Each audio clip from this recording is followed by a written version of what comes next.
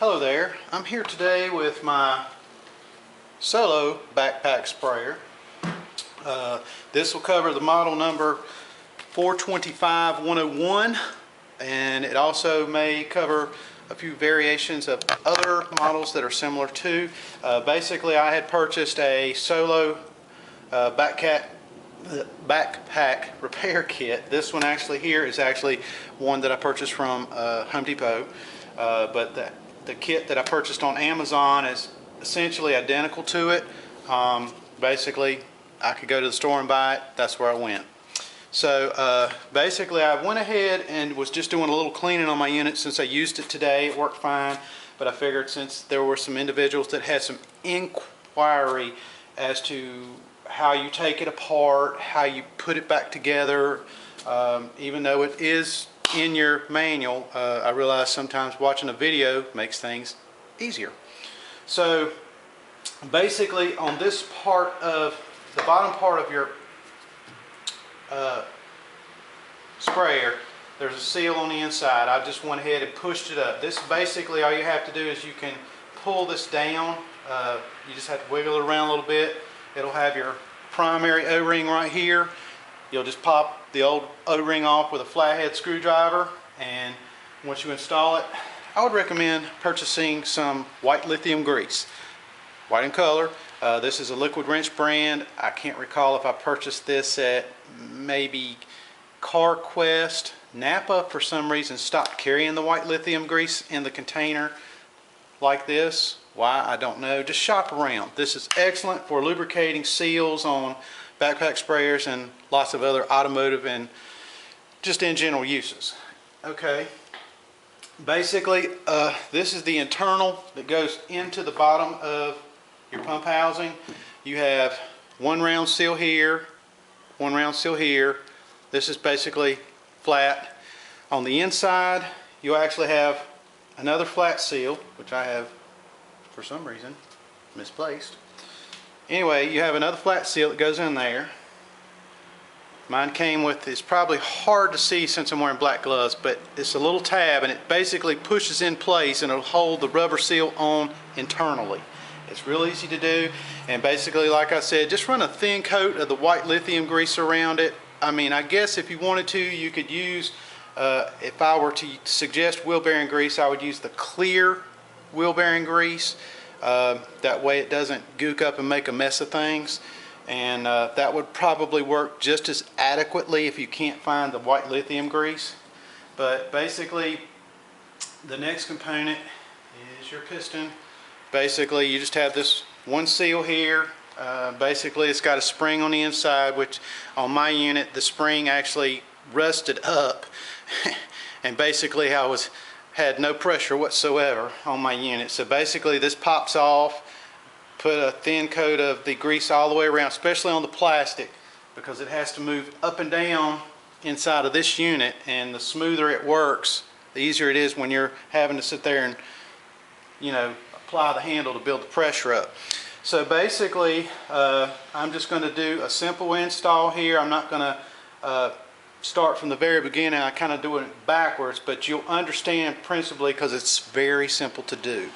So let me kind of tweak the camera here so make sure, let me get a visual and make sure we're where we want to be. Okay, basically I've already seated this part of the sprayer. It just pushes up in there. The seal typically sometimes kind of wants to bite a little bit. You just have to work with it. And right here on the top, there's a tab on your sprayer which will have to align with this bottom piece here. And basically, all you need to do is, this is threaded. This screws up into the bottom of your unit, like so. And it's key, you want to make sure you get this cut out for your piston in the correct location. It goes to the back, or to basically where the holes are that the bolts hold the piston in place, that work it. Next, install a piston. And the reason I suggest using grease is it makes it go in place a lot easier. helps if I install the part correctly too, doesn't it?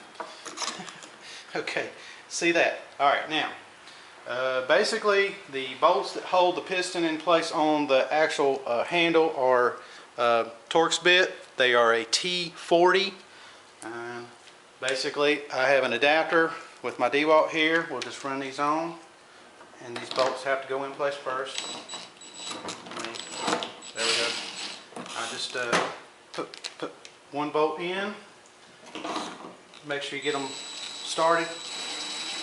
Then just tighten them up evenly, so that way you don't strip out the bolts or your handle. And I just get them snug.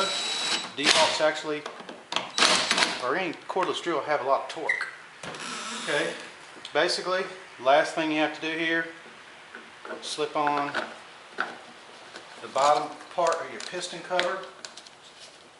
It will pop on there like so, and basically it has a very long flathead screwdriver, hexagon nut, and the nut actually goes into a groove on the opposing side of the piston.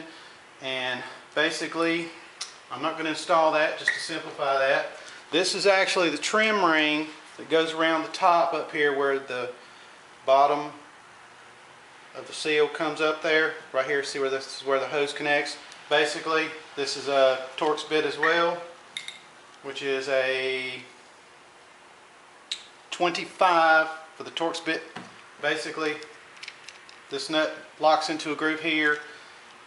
I just basically take this all the way off, reinstall this. So once you put that on, that's complete, and put the nut and bolt on the back side of this here. I know you can't see it, but you'll understand it when you look at your unit.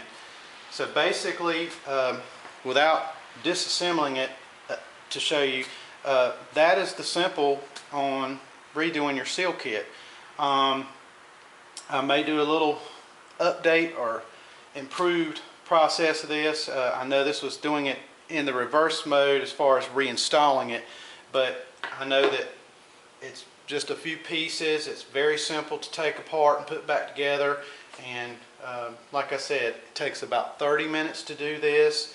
Just have yourself, like I said, some white lithium grease, or you can substitute, and I would recommend using the clear wheel bearing grease so it doesn't make a mess, unlike the colored greases. And basically make sure everything's greased up. It may take you a little time to get adjusted, you know, when you're taking the stuff apart, but once you put it back together and use it, you'll have like a brand new sprayer. And for the cost of a rebuild kit, it's well worth it, considering that to buy a new backpack sprayer is about $85 to $100 depending on the version and model, brand you get, etc. So if you have any questions beyond this, I will gladly do my best to answer those questions. And other than that, I hope this is beneficial to you. And like I said, this is for the Solo backpack model number 425-101 sprayer.